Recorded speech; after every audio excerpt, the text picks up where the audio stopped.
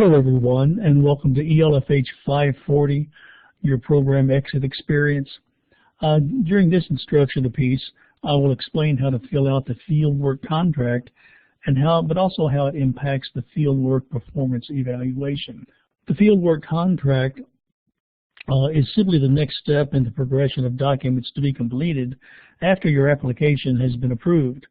You must have your application approved before you can complete your contract. By now you should have worked out the details of your fieldwork experience with your workplace supervisor. This will allow you to fill out the terminal enabling objectives. Here's the fieldwork contract in its entirety. Let's talk about each individual section. This is simply where the pertinent information is filled out, the administrative type information, email address, and such. So your name, home phone, work phone, the location of your field work, the name of your workplace supervisor, and her or his phone number. I need to be able to contact them if any issues arise. You also need to enter your contact hours. Depending upon the program you started in, it could be from 50 to 200 hours. Multiply by 25 the number of credit hours required in order to get your total contact hours. The completion date is when you will complete your hours at the workplace. Please enter your term, such as fall 2012. I mentioned terminal objective. That's the end result. That's the overall scheme of your fieldwork experience. But it should be written in the form of a condition, behavior, and standard. This objective should state with no ambiguity what the end result is of your training, and on the next page shows an example taken from a Wikibooks website. So let's take a look at the example.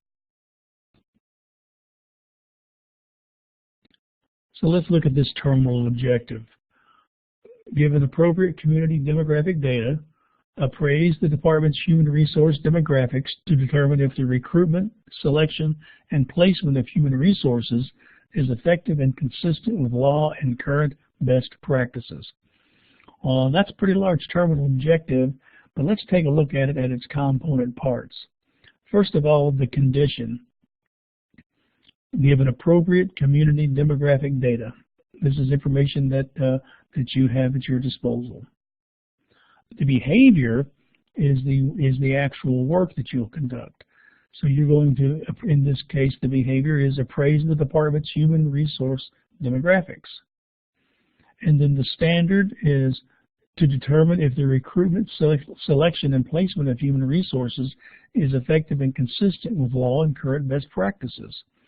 So even though it's a large terminal objective, when you break it down into its component parts of behavior, standard, and condition, it seems to make a little more sense.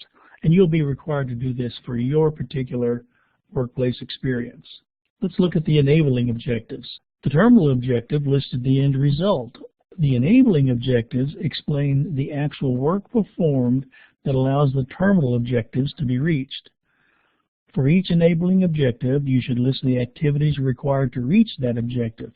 You should also give a target date for the completion of these activities.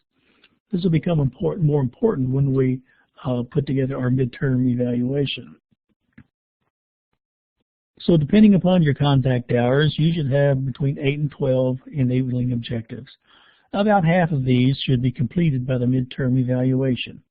And I'll talk a little more on that when we look at that particular form. You have an approvals in the signature section. So this section, once completed, this contract is signed by me as the university coordinator or whoever your facilitator is or your instructor is for 540. Their signature is required. Obviously, your workplace signature, your workplace supervisor's signature should be applied, and dates for each one of those, and obviously your signature.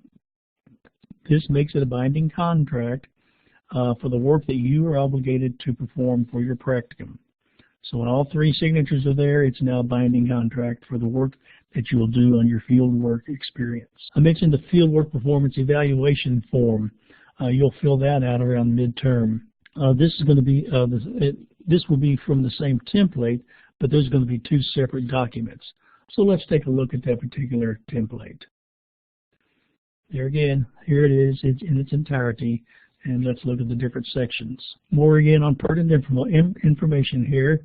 Obviously the student's name and the workplace supervisor's name. You'll need to circle or acknowledge whether this is the midterm or final evaluation. So like I said, there's going to be 2 copies of this, one for the midterm and one for the final.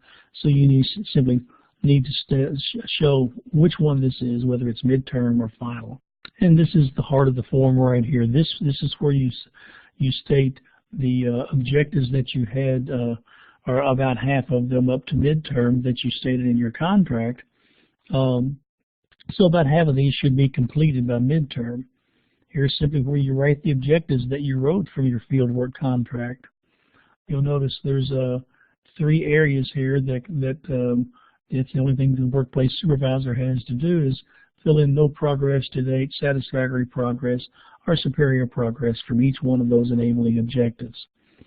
And like I said, your workplace supervisor will rate your progress in that corresponding column. There is a place for comments where your supervisor can make specific comments about your performance.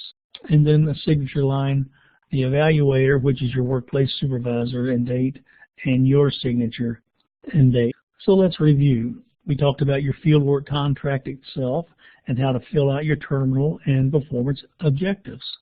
And then we talked about the relationship between your fieldwork contract and your midterm or final evaluation that your workplace supervisor fills out.